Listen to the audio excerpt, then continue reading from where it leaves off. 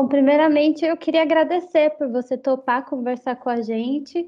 A nossa intenção é compartilhar mesmo as histórias de quem está tendo essa experiência de estudos, de pesquisa e de trabalho no exterior. A gente gosta de compartilhar e incentivar mais pessoas a fazerem o mesmo. E eu queria, por favor, que você se apresentasse. Quem é você? De onde você é aqui do Brasil? Por favor. Claro, obrigado pelo convite. Muito honrado em representar a Universidade do Estado de Washington, Washington State University. Não sei como você prefere que eu fale, mas Como eu, preferir. ok. Eu sou Marco Cerqueira, eu sou um jornalista aí do Brasil, sou de Salvador, Bahia, e resolvi voltar para a academia dos meus 40, né? Voltar para fazer o meu doutorado aqui em estudos culturais e pensamento social em educação. E agora eu estou no meu último ano, escrevendo minha dissertação, e é isso. Quantos anos foram? Até Eu tô no meu quarto ano aqui. quarto ano. Antes disso, você tinha formação aqui no Brasil, a graduação, mestrado, era aqui mesmo. A minha graduação é em jornalismo e comunicação na Universidade Federal da Bahia, em Salvador. E aí, em 2014, eu vim para os Estados Unidos fazer um mestrado em estudos latino-americanos na Universidade de Ohio. E aí voltei para o Brasil, trabalhei um pouco mais, e aí voltei em 2018 para fazer meu doutorado aqui. Legal, você já tinha então essa experiência aí nos Estados Unidos. E o que te motivou quando surgiu essa ideia de procurar uma formação no exterior e por que os Estados Unidos especificamente? Eu, desde menino, meu sonho quando eu era menino era ser professor de inglês. Assim, eu sempre gostei da língua inglesa. E quando eu comecei a fazer minha graduação em comunicação, eu comecei a estudar inglês na AQBEU, Associação Cultural Brasil-Estados Unidos. Então foi uma relação que foi crescendo organicamente, meu interesse pela cultura americana e também pelas oportunidades de ter meus estudos cobertos, né? Ter um trabalho aqui. Quando eu vim fazer um mestrado, eu ensinei português, né? Por exemplo, eu fui um teaching assistant. Então, assim, eu tive tudo coberto, mensalidade, tuition, né? Como se fala, plano de saúde e o stipend, né? O salário de quinzenal, né? E a Sim. mesma forma aqui, na Universidade de Ohio, ou no Universidade do Estado de Washington. E na Washington State, então, você tem a bolsa de assistantship. Eu tenho, eu sou um graduate assistantship. E como Ah, que foi para conseguir essa vaga? Você já saiu do Brasil com isso ou foi algo que aconteceu aí? não, eu me inscrevi, né? Eu me inscrevi no doutorado, mandei a minha proposta de pesquisa e passei numa entrevista. E ainda aí no Brasil, eu comecei a fazer as articulações. Os professores te ajudam, todo mundo te ajuda, né? Isso é interessante. No primeiro momento, eu já tive uma professora que é a minha orientadora, né? A Certo. provisória. Então, aí é a coisa do boca a boca também, né? Os professores sabem de alguma posição, e aí eu soube uma professora do programa de estudos culturais, na época, ela foi até embora, tinha uma vaga para trabalhar com estudantes com necessidades especiais. Eu fui um professor, que meu primeiro trabalho aqui foi como professor nesse programa piloto aqui na universidade. Uhum. E aí depois eu trabalhei 2 anos no centro LGBT aqui, e agora a minha posição de graduate assistantship, de assistente de pós-graduação, eu sou presidente, fui eleito presidente da Associação de Pós-Graduação, dos estudantes de pós-graduação e profissionais. Meus parabéns, eu vi isso até na conversa, quando a gente entrou em contato, estavam te parabenizando. O que significa exatamente ser presidente dessa association e como foi o processo para chegar a essa função? Então, eles têm a eleição, né, anual, Ah, sim. e aí eu soube, eles postaram nas redes sociais, assim, claro que eu já venho acompanhando o trabalho da associação, eu já vinha acompanhando como estudante de pós-graduação, até eles promovem vários eventos, A associação também ajuda com viagens, pagam conferências, pelo menos a taxa de inscrição. Então, assim, é uma associação muito ativa, né, na nossa vida aqui de estudante. Então, aí eu decidi me inscrever para concorrer à vaga. E na verdade, eu estava concorrendo à vaga de vice-presidente, mas eles acharam que a minha experiência seria a melhor posição. Aí eu fui aceito e a votação foi ainda online, né, por conta da pandemia. E aí eu fui eleito pelo Senado, né, do estudante, formado por todos os colégios aqui da universidade, um colégio formado por 70 senadores. E aí eu fui eleito. Legal. Por um ano, né? Então, com essa posição, eu tenho a tuition waiver, né, que não pago para estudar, a mensalidade, que no caso é semestral. Uhum. Tenho plano de saúde e também tenho stipend, o salário quinzenal, né? Que legal, muito legal. O trabalho como que é? Te exige bastante, porque aí precisa aconselhar ali o trabalho com a sua pesquisa, né? Exato. É um trabalho de meio período, então tem isso, né? Os estudantes internacionais aqui nos Estados Unidos podem trabalhar 20 horas semanais. Então, agora eu tenho um contrato separado durante o verão, do verão daqui, Uhum. de segunda metade de maio até a segunda metade de agosto. Eu trabalho, eles me pagam por hora, mas ainda assim com um limite de 20 horas semanais. Mas como curiosidade, eu acho que para a audiência, né, não sei se vocês sabem, mas durante o verão aqui nos Estados Unidos, nós, estudantes internacionais, podemos trabalhar até 40 horas. Então, assim, no campus, né? No campus onde você só pode trabalhar no campus, né? Da universidade onde você está cursando seus estudos, mestrado, doutorado ou graduação também, né? Certo. Com o F1, né? O visto de estudos acadêmicos, né? Eu tenho um visto F1 aqui. Certo. Né? Certo. Como você chegou à escolha nesse momento para o seu PhD da Washington State University? O que te atraiu nela? Como você conheceu a universidade? O que te atraiu nela, especificamente também para a sua área, né? Para o que você gostaria de pesquisar? Absolutamente. Como eu te falei, eu fui jornalista a minha carreira inteira e eu estava cansado do tipo de escrita que eu vinha, uma escrita muito mecânica, muito repetitiva.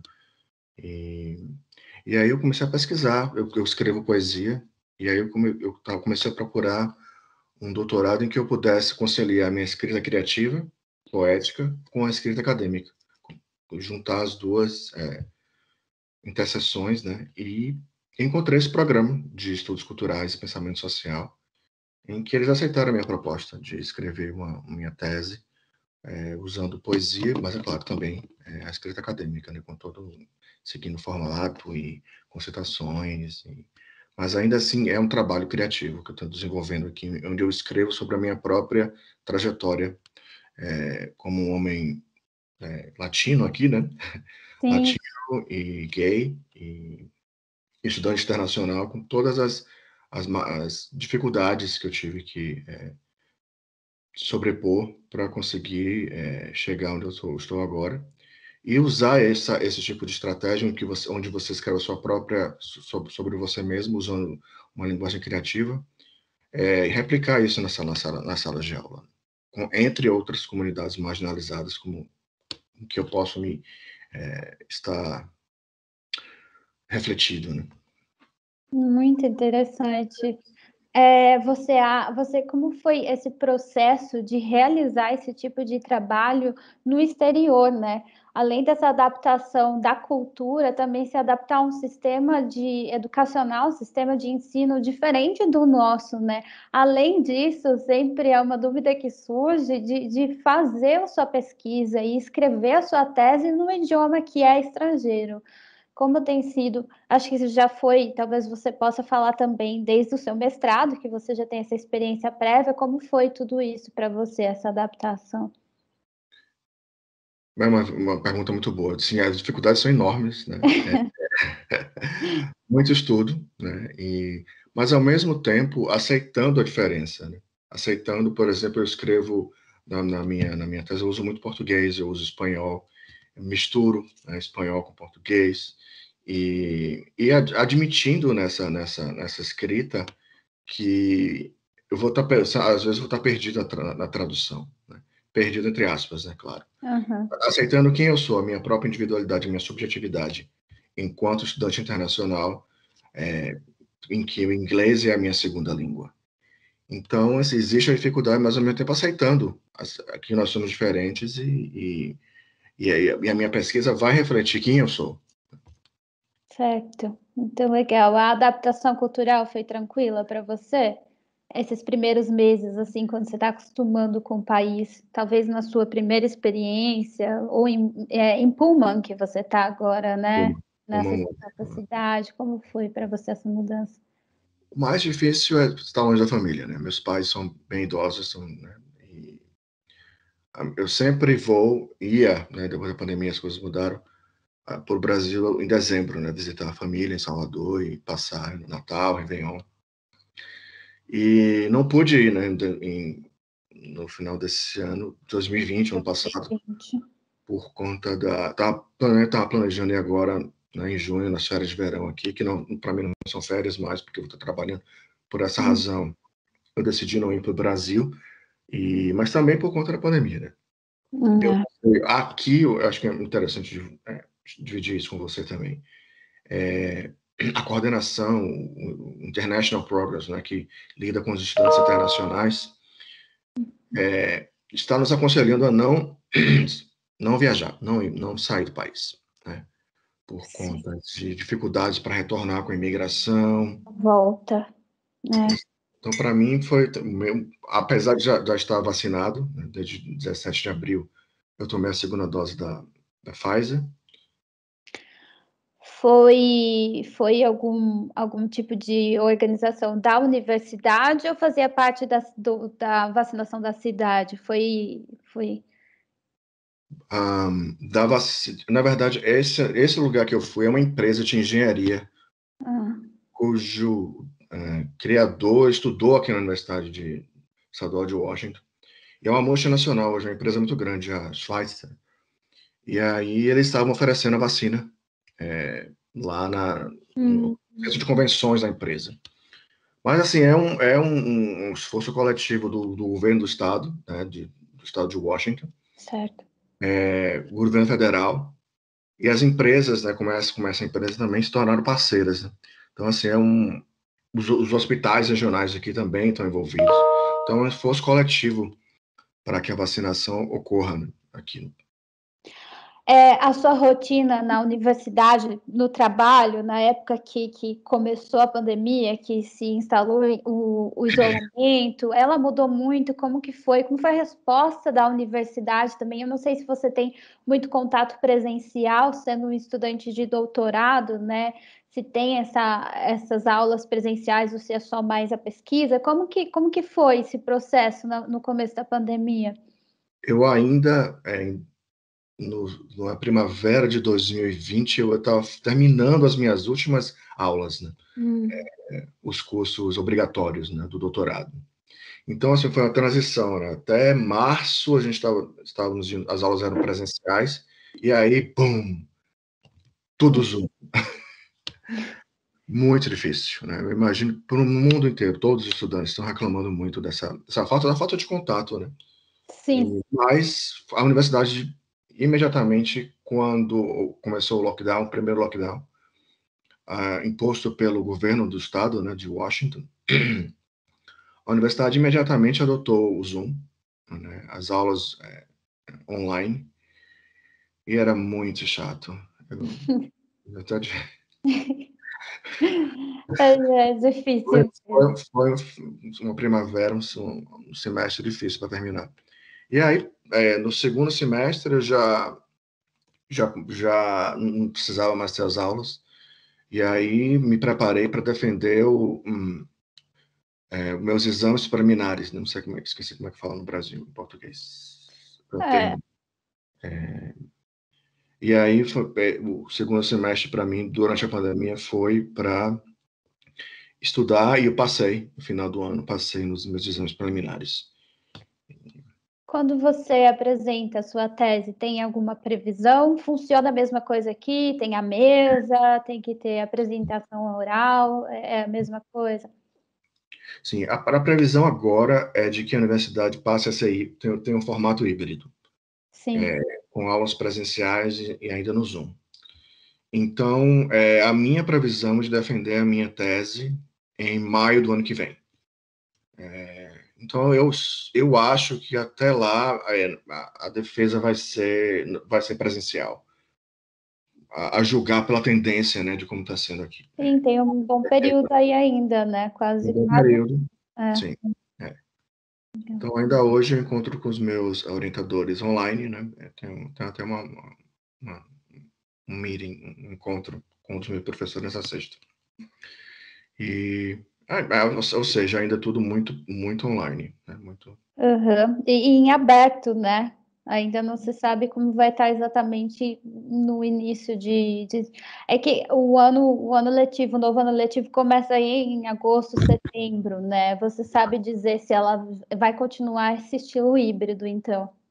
Essa é a projeção do presidente da universidade, é de Certo. que as aulas, os eventos, quase tudo seja presencial, dando a opção para os que não querem atender ou têm algum tipo de reserva, ou, enfim, algum tipo de problema de saúde, ou tem, né, o sistema imuno é, comprometido. Alguma comorbidade, né? Então, assim, acho que a gente ainda vai ter essa transição, né, eles estão usando esse termo híbrido, formato híbrido, para Certo. o fall, né, para o Uhum. semestre, que começa no final de agosto, como você falou. Antes disso, né, você teve um bom período aí antes da pandemia, com a vida pré-pandemia. Como que era? Era a vida social da universidade, né? Tem muito essa questão das universidades americanas, elas valorizarem muito as atividades além das salas de aulas, né? Ter as associações, os clubes esportivos, as sociedades estudantis, assim, não só na Washington State, mas na Ohio, que é Ohio, né, que você estudou antes. Como que é isso? E especialmente sendo um estudante estrangeiro, né? Tem essas organizações internacionais, como essa vida social para um estudante de mestrado, de doutorado nos Estados Unidos? Você sempre acaba encontrando sua turma, né? E Ainda bem, né? foi o que aconteceu. Fiz novos amigos no doutorado, e amigos e outros amigos, e a gente se frequentava muito antes da pandemia, né? Jantar na casa dos outros, preparar jantar juntos. Íamos muito, tem um clube ótimo aqui, Etsy Bravo, que assim, depois da pandemia a gente nunca mais voltou, mas é ótimo para dançar. E tem um outro clube aqui perto também, que tem a Noite Latina, então era o lugar onde a gente encontrava as pessoas com a ascendência hispânica ou latina, brasileiro, portuguesa, né, no caso. E era muito, muito divertido. Assim, eu frequentava muito a academia, a academia com uma estrutura muito boa, Da e universidade mesmo? da universidade. Então a gente paga uma taxa, né, semestral para usar a academia. E como você falou, as coisas a estrutura norte-americana é muito boa nesse sentido. É uma academia imensa e, como você falou, várias atividades extracurriculares para Sim. todas as idades e gerações e cursos. Então tem muita coisa para fazer. E com a pandemia as coisas as atividades se tornaram muito online, né? Então muitas palestras, e eu gostava muito de frequentar também, tem um teatro aqui dentro da universidade que trazia espetáculos de dança, e eu ia muito também para essas atividades. E vamos esperar agora que, com a abertura gradual, essas atividades retornem. Mas sim, Então, tem muita coisa para fazer. e desculpa. Desculpa. Não, é só que você falou que encontrou sua turma, só fiquei curiosa se são brasileiros ou se é uma turma de pessoas de multinacionalidade, se você conseguiu ter esse contato com pessoas de outros países, que acredito que em universidades grandes, né, como a Washington State, ela tenha uma comunidade estudantil internacional, né? Muito, Né? muito grande. Então, um grupo de amigos do mundo inteiro. Então, Gostoso. meu melhor amigo é americano, tenho outro amigo que é mexicano-americano, um grande amigo, e tem os amigos chineses e brasileiros também, conheci um grupo de brasileiros aqui, a gente se frequentava antes da pandemia, e então é muito misturado. Como você falou, tem gente realmente do mundo inteiro, aqui em todos os campos americanos, né? É muito estudante internacional. Então, solidão não rola. Isso é ótimo. Acho que inclusive ajuda na adaptação, né? Ajuda, assim, se torna uma segunda família, né, de fato. Realmente. Família longe de casa, né? Até meio clichê dizer isso, mas é o que acontece, né? Não é, né? Família é tão importante, né? É. Amigos se tornam, de fato, uma segunda família. Agora, gostaria de pedir uma dica mais prática para quem está ouvindo a gente e tem interesse de fazer a mesma coisa, o que você faria, o que você diria que seriam os primeiros passos, assim, por onde começar, sabe? Dar um norte, de onde começar. Eu quero fazer um doutorado nos Estados Unidos. O que seria me dar o primeiro passo para isso? Eu comecei pelo Google, pesquisando as universidades onde eu poderia fazer um doutorado que refletisse os meus interesses.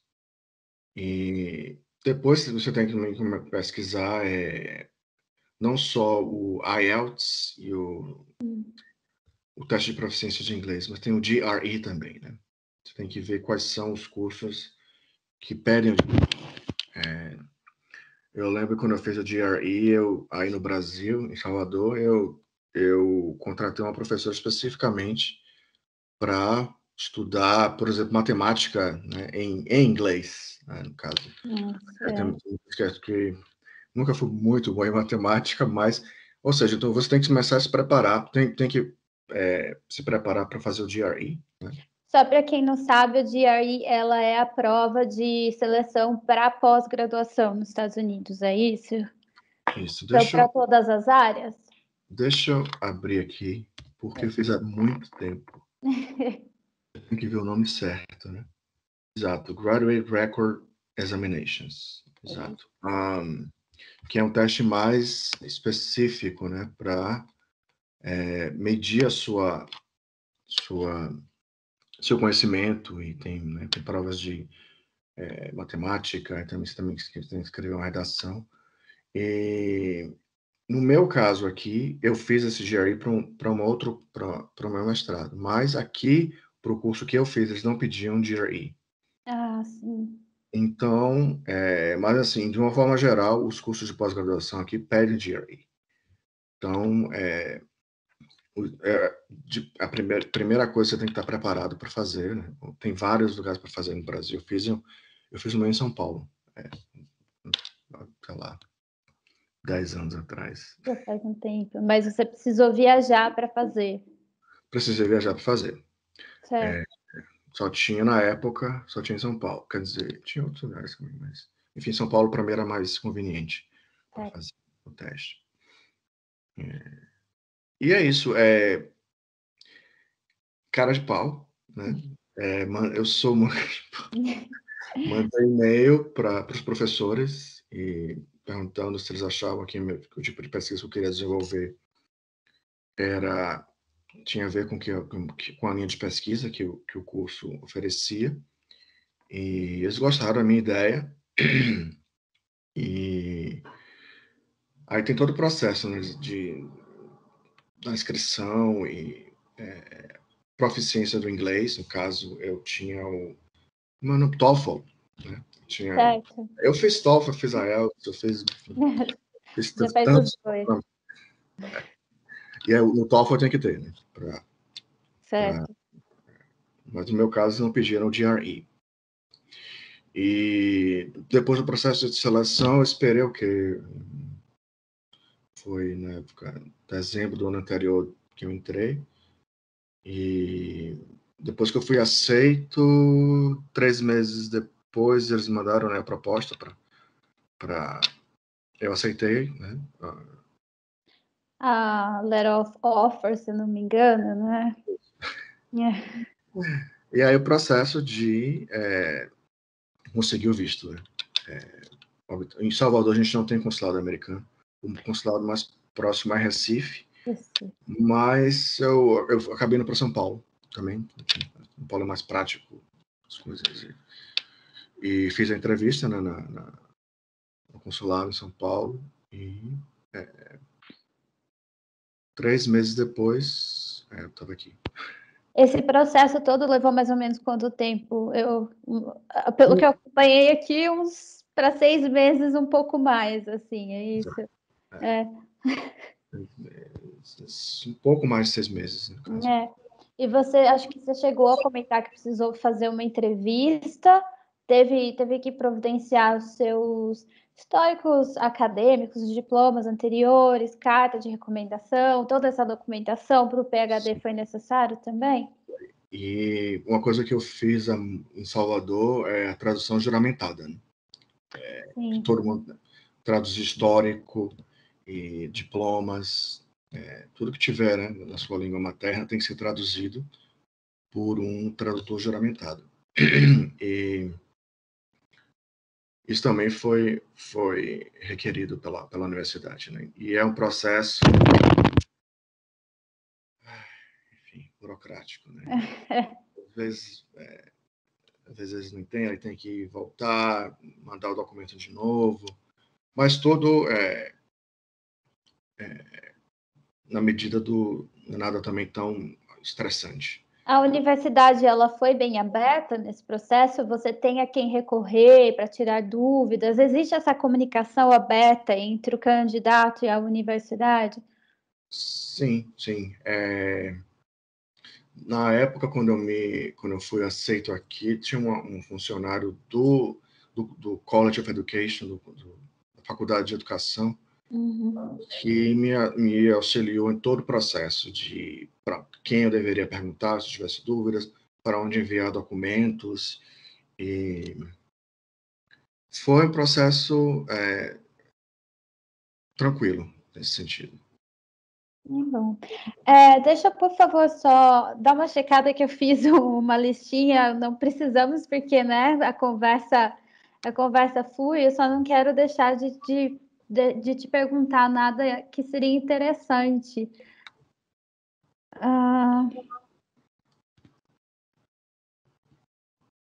Eu acho que a gente conseguiu abranger tudo. Eu gostaria só, por favor, uma coisa que acho que nós não conversamos é se você mora, nós falamos de toda a estrutura da universidade, né, as instalações, você mora em alguma acomodação da universidade ou chegou a morar? Sim, eu me mudei agora, eu estou morando no campus, eu estou morando num estúdio aqui dentro do campus, morando sozinho, mas é mais barato morar fora.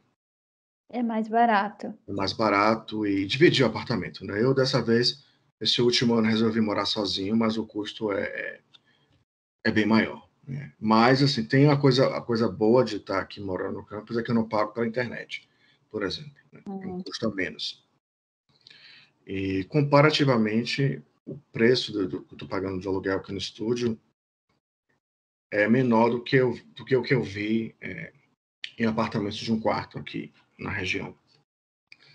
Então, e também tem a comodidade de eu poder. Estou a 15 minutos do meu escritório aqui. Sim, Então, proximidade. proximidade, eu não tenho carro, mas a universidade tem um sistema de transporte público que é muito bom. funciona. A gente paga uma taxa também todo semestre. E é uma cidade muito pequena, então, assim, não ter um carro não chega a ser um grande empecilho. Certo. E, então, é uma vida muito conveniente. Assim, você paga mais, no meu caso, né, de estar morando aqui no campus. Eu resolvi investir nesse último ano, em morar sozinho. E, por enquanto, tem valido a pena morar só tão bom. Eu imagino que agora que é focado, o ano focado em escrever, em concluir o TCC, morar sozinho deve ser uma boa forma de se focar, né? De ter o seu espaço, o seu silêncio. Uma coisa interessante, geralmente as pessoas que você divide apartamento aqui, acho que em todos os Estados Unidos, em qualquer lugar onde você for estudar, você divide apartamento com outros estudantes. Então, tá todo mundo focado também. Meu antigo roommate também faz doutorado, também é um estudante internacional. Então, assim, não chega a ser o fato de eu morar sozinho, claro, me ajuda a focar mais, mas Sim, é uma comunidade de pessoas que todo mundo está no mesmo barco, lutando e para poder fazer uma pós-graduação numa língua que não é sua, no meu caso, com meu antigo roommate, né? Então, E como você chegou nessa acomodação fora do campus? Você conhecia essa pessoa? Você usou sites? Como que foi? nós nos comunicamos via Facebook, no grupo da cidade de Pullman, para pessoas que estão procurando apartamento, né, para dividir. Então, sempre acha, né? E eu me dava muito, muito bem com ele. Moramos juntos 2 anos e uma pessoa maravilhosa, um amigo que me apoiou bastante. Foi tranquilo, encontrar é sempre fácil. Encontrar pessoas para dividir apartamento. E é a melhor opção, né? É muito mais econômico. Você Vocês dividir. moravam perto do campus? É uma cidade muito pequena, na verdade. Então, assim, eu morava fora do campus, mais tipo 10 minutos de caminhada. Do campus, eu Entendi, morava é bem pertinho. muito perto e o ônibus também muito, muito conveniente. Sem dúvida. Você conseguiu, antes da pandemia, eu imagino que isso deve ter diminuído as chances, mas você conseguiu viajar pelo país, conhecer outros lugares? É que você também estudou em mestrado aí antes, teve mais tempo antes mesmo da pandemia, conseguiu passear, aproveitar o tempo livre? Na verdade, a minha dissertação, eu me conecto muito com a cultura mexicana. Então, desde Ohio, desde meu mestrado, que eu comecei a visitar o México para fazer visitas de campo. E, então, as minhas viagens geralmente eram para o Brasil, né, para ver a família, ou para o México. Eu fiz 4 visitas de campo ao México. Ainda consegui fazer uma na minha última, né, em dezembro de 2019, ver a família no Brasil. E consegui passar 2 semanas na cidade do México, antes, né, em janeiro de 2020, 2 meses antes da pandemia. Então, acho que aproveitei ao máximo. Deu para aproveitar antes. E é claro, unir pesquisa e prazer de Sim. viajar. Marco, eu acho que é isso. A gente conseguiu falar de todos os temas. Eu gostaria só de pedir para você encerrar a nossa conversa falando o que você diria, se você recomendaria essa experiência, o que você diria para outros brasileiros que estão considerando estudar no exterior, que estão considerando estudar nos Estados Unidos, o que você deixar um recado para as pessoas que gostariam de seguir esse mesmo caminho. Não desista, vale muito a pena. Eu tinha esse objetivo, eu quis. É um sacrifício, né, de estar longe da família, mas vale muito a pena. Você tem a grande hoje em dia com a dificuldade de conseguir financiamento para estudar aí no Brasil. Aqui eu tive todo o apoio, né? Continuo tendo todo o apoio. Então eu acho que vale a pena sim. Pesquise, veja universidade por universidade, né? Os cursos que te atraem e entre em contato. Entre em contato com os professores. As pessoas são muito generosas, né? E ainda mais com esse todo um movimento de diversidade, inclusão e equidade, mais e mais vozes, né, de pessoas de cor, como eles usam esse termo aqui, né, estão sendo a minha voz, no meu doutorado. Eu estou trazendo essa voz de uma pessoa, né, latina, gay. E é isso que eles estão procurando muito diversidade, né? Então, acho que a gente tem muito que ensinar, trazer nosso próprio background. E isso tem sido muito valorizado aqui nos Estados Unidos. Então, as oportunidades estão em todos os lugares, em várias universidades. Maravilha! Quais são os planos para o futuro, pós-PhD? Tem uma ideia formada? Você pretende ficar? Comecei a procurar posições, né, aqui nos Estados Unidos, aí no Brasil também, no México. Eu gosto de... Eu me divirto procurando emprego, você que é louco. Eu gosto, eu sou um job hunter, não sei. Curioso. Então, eu criei vários tipos de... salvei várias pesquisas no Indeed, no site acho que é um dos maiores sites também no LinkedIn. Estou sempre procurando alguma coisa. Estou começando a procurar emprego, então eu sou muito proativo. Então, acho que em qualquer coisa que você faça na sua vida, você tem que ser muito proativo. Então, e as coisas acontecem, né, quando você se movimenta.